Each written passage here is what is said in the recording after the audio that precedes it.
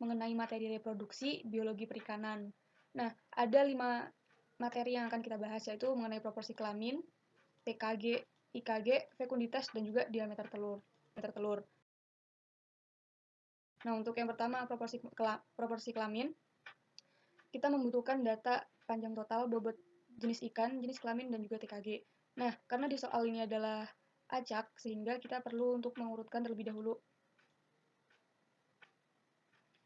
dan membedakan antara jantan dan betina. Kemudian kita urutkan custom sort dari TKG yang paling kecil ke TKG yang paling rendah. Kemudian kita hitung N-nya. N sama dengan, kita blok seluruh. Ada 120 data, kemudian kita hitung sendiri total dari jantan. Lakukan yang sama pada total yang betina. Nah, setelah itu, kita perlu untuk menghitung P besar dan Q besar dari jantan dan betina. P besar adalah N jantan dibagi N total dikali 100. Q betina juga seperti itu, N betina dibagi dengan N total dikali 100. Nah, hasilnya menjadi persen. Kemudian untuk PQ kecil antara jantan dan betina adalah N jantan dibagi N total. Q betina adalah N betina dibagi N total. Nah, untuk SD sendiri atau standar deviasi, rumusnya adalah akar atau SQRT dari P kecil dikali Q kecil dibagi N total. Nah, ini adalah standar deviasi dari data. Kemudian kita akan menghitung proporsi kelaminnya. Sesuai dengan rumus, kita akan menghitung jantan terlebih dahulu dengan SK 95%, P jantan dikurangi 1,96 dikali standar deviasi. Kemudian ini P jantan ditambah 1,96 dikali standar deviasi. Kemudian dilakukan juga yang betina. Nah, sehingga sudah didapatkan rentang atau proporsi antara jantan dan betina. Proporsi ikan kelamin jantan terdiri antara rentang 0,5297 sampai 0,737. Sedangkan proporsi ikan kelamin betina yaitu antara 0,2963 sampai 0,4703. Setelah selesai menghitung proporsi kelamin jantan dan betina, kita uji chi-square untuk membandingkan apakah ikan jantan seimbang dengan ikan betina. Caranya, kita membuat tabel seperti ini, kemudian kita menghitung OIJ, OIB, EI, X-hit jantan, dan juga X-hit betina.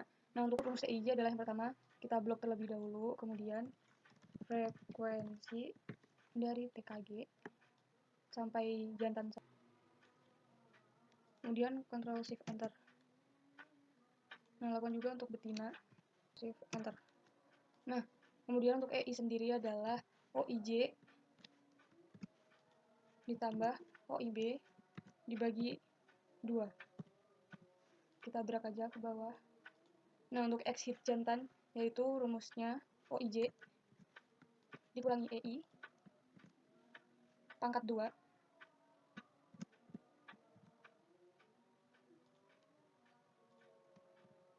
dibagi EI.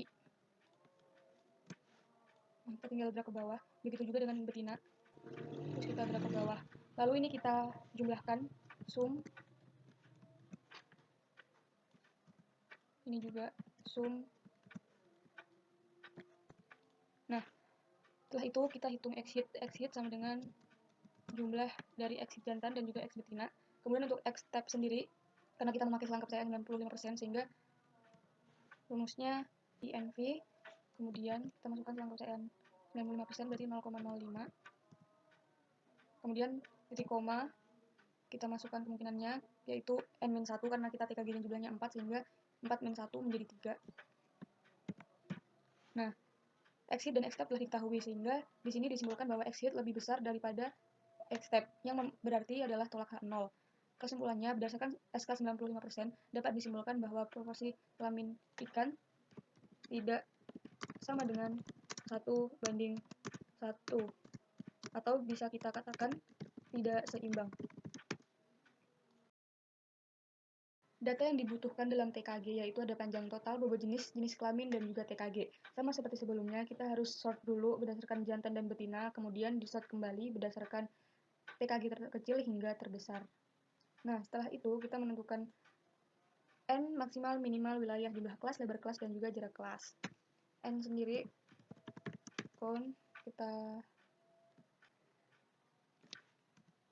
nah kemudian untuk max, kita hitung maksimal dari panjang total, yaitu ada 700, kemudian sama minimal juga.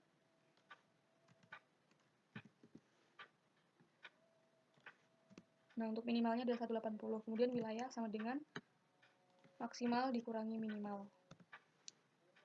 Untuk jumlah kelas sendiri, rumusnya 1 ditambah 3,32 dikali 7,9029. Untuk jumlah kelas adalah 7,9029, kemudian kita bulatkan ke atas menjadi 8. Kemudian untuk lebar kelas adalah wilayah dibagi dengan jumlah kelas, 65. Kemudian untuk jarak kelas adalah lebar kelas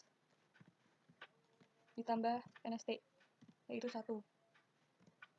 Untuk SKB sendiri diambil dari minimum, kemudian metode 2 adalah minimum ditambah jarak kelas,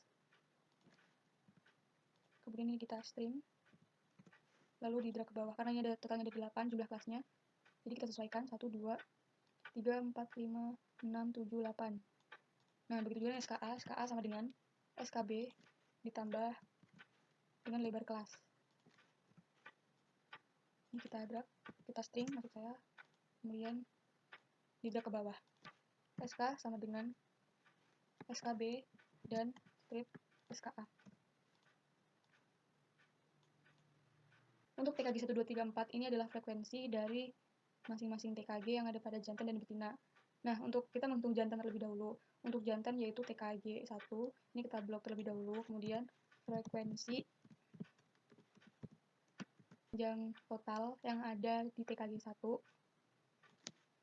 kemudian titik koma, ambil yang dari SKA, Ctrl Shift Enter. Nah, begitu juga dengan 2, 3, dan 4. Nah, telah didapatkan frekuensi dari TKG 1, 2, 3, dan 4. Setelah itu kita menghitung E. E adalah jumlah dari TKG 1, 2, 3, dan 4. Kita zoom, kita drag. Nah, ini kita drag ke bawah.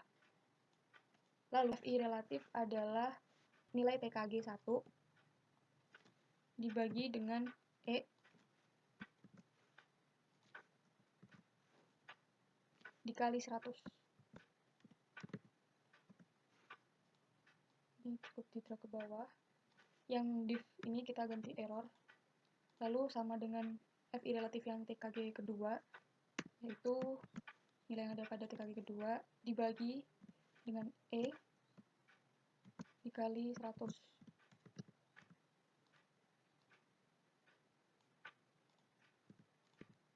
Lalu, nah, berikut juga dilakukan terhadap betina juga, lakukan hal yang serupa. Setelah menghitung distribusi frekuensi dari jantan dan betina, kemudian dilanjutkan dengan membuat grafik, yaitu caranya ke insert, kemudian pilih kolom, pilih yang stack kolom, kemudian select data, lalu ini isi dengan series name-nya, kita namai TKG 1, kemudian series value-nya kita masukkan FI relatif yang ke 1, oke, kemudian kita add lagi, kita namai TKG 2, series value-nya kita isi FI relatif yang kedua, begitu juga add lagi. Nah, untuk horizontalnya kita edit, kita menggunakan selang kelas.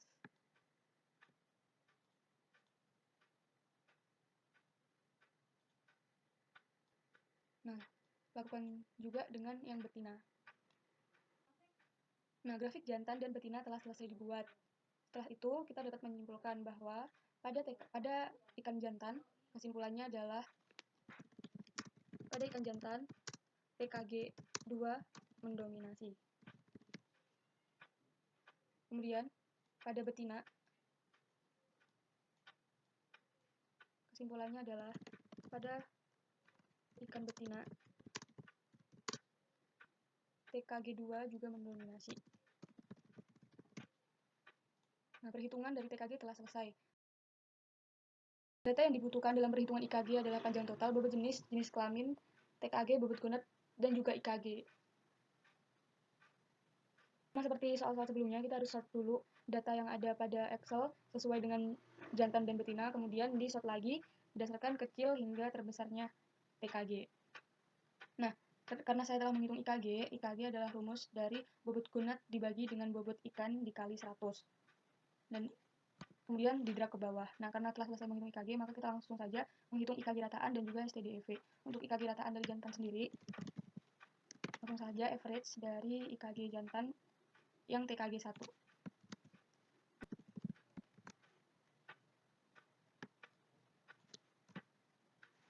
Nah, untuk STDV agar kita tidak lama, kita copy aja langsung dari IKG rataan yang telah di-string. Kemudian kita ganti average dengan STDV. Nah, kita telah selesai menghitung IKG rataan dan juga STDV dari ikan jantan dan juga ikan betina. Setelah itu dilanjutkan dengan membuat grafik. Caranya kita blok dulu IKG rataan, kemudian ke insert, kemudian pilih line, pilih yang line with marker. Kita kecilkan terlebih dahulu, kemudian hapus garis dan sisakan hanya dengan bulatannya saja. Nah, setelah itu kita berikan error bar, yaitu ke layout, ke error bar, ke more error bar option. Setelah itu ini pilih custom error barnya kita isi dengan stdev, begitu pula dengan yang negatif. Oke. Nah, begitu juga dengan yang betina. Kita drag IKG, kemudian kita beri error bar, custom specify value, kita isi dengan stdev yang betina.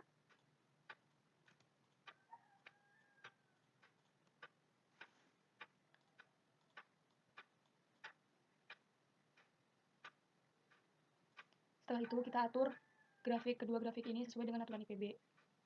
Setelah itu kita berikan axis title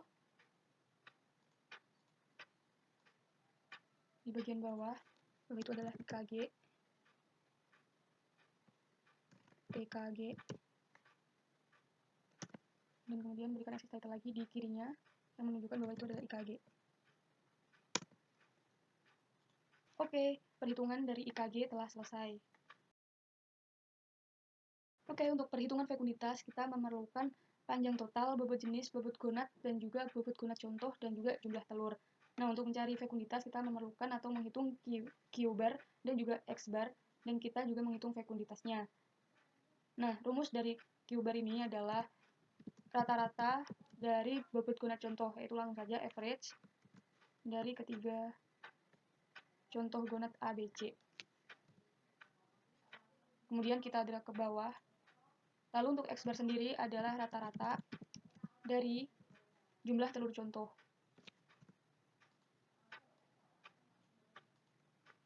Nah, untuk F atau fekunditas, rumusnya adalah bobot gonad dikali 10 dikali X bar dibagi Q bar. Nah, kita telah menghitung Q bar, X bar, dan juga fekunditasnya. Nah, setelah itu kita lanjutkan dengan pembuatan grafik. Caranya kita ke insert, kemudian pilih scatter, lalu pilih select data. Untuk series X value-nya kita isi dengan panjang total. Kemudian series Y value-nya kita isi dengan fekunditas. Oke. Kita oke. Nah, ini adalah bentuk scatter atau grafik dari fekunditas. Setelah itu kita berikan trendline, yaitu pilih more trendline option, pilih power, kemudian munculkan display equation dan juga display R kuadrat. Nah, kemudian kita berikan nama terlebih dahulu, ini adalah fekunditas dengan panjang tubuh. Kita kasih axis title, dan juga yang di kiri adalah fekunditas. Nah, selain menghitung panjang total, kita juga menghitung perbandingan fekunditas dengan bobot total. Caranya copy aja langsung, kemudian Ctrl V. Setelah itu kita rubah datanya. Kita ke select data, pilih edit, series X value-nya kita ganti dengan bobot jenis atau bobot ikan. Oke. Dan juga munculkan kembali trendline-nya.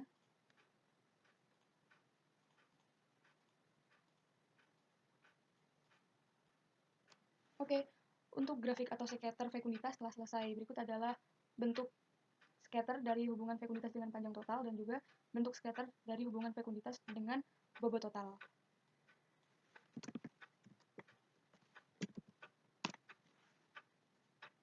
Kemudian di sini kita tambahkan jumlah dari data yang kita dapatkan ini.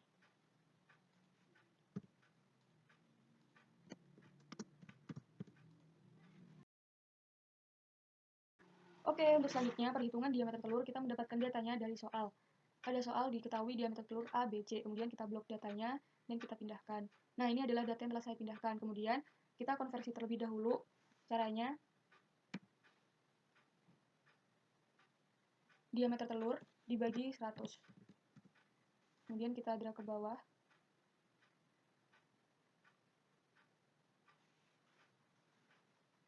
Begitu juga dengan diameter telur B dan juga C.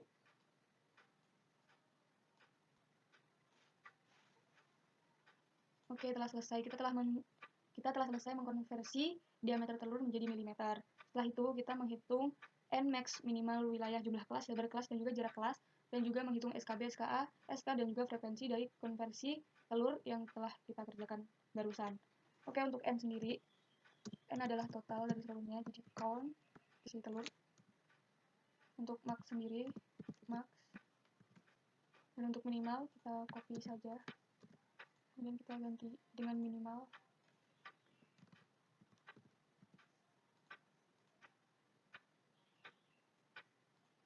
Oke, untuk wilayah adalah max dikurangi dengan minimal.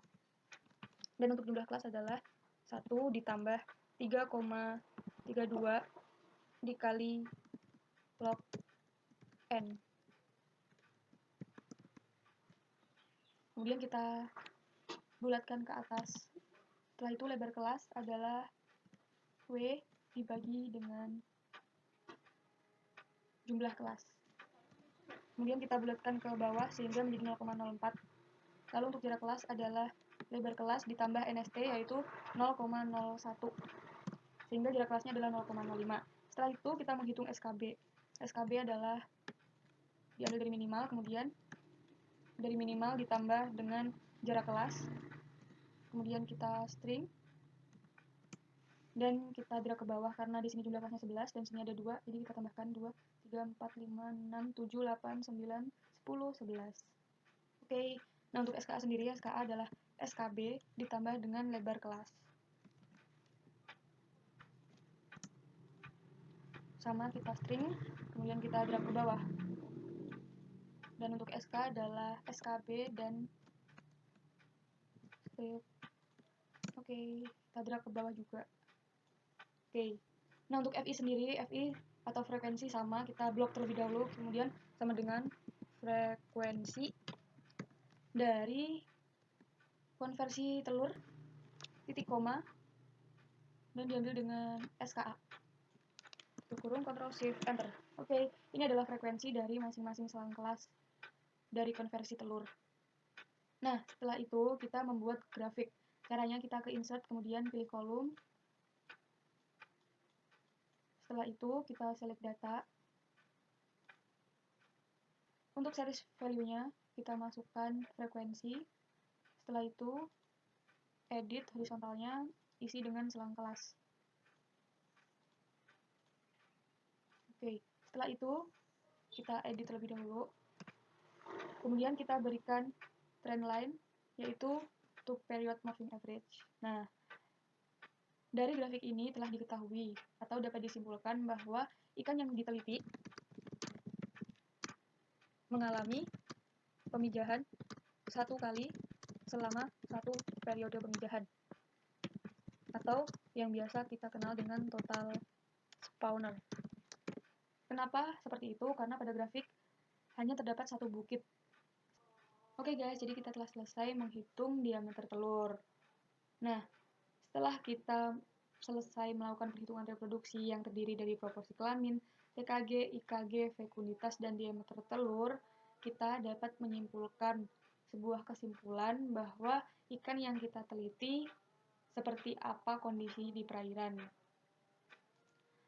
Data dari reproduksi ini dapat digunakan untuk menduga rekrutmen ikan dan juga menentukan konservasi sumber daya perikanan yang ada di suatu perairan.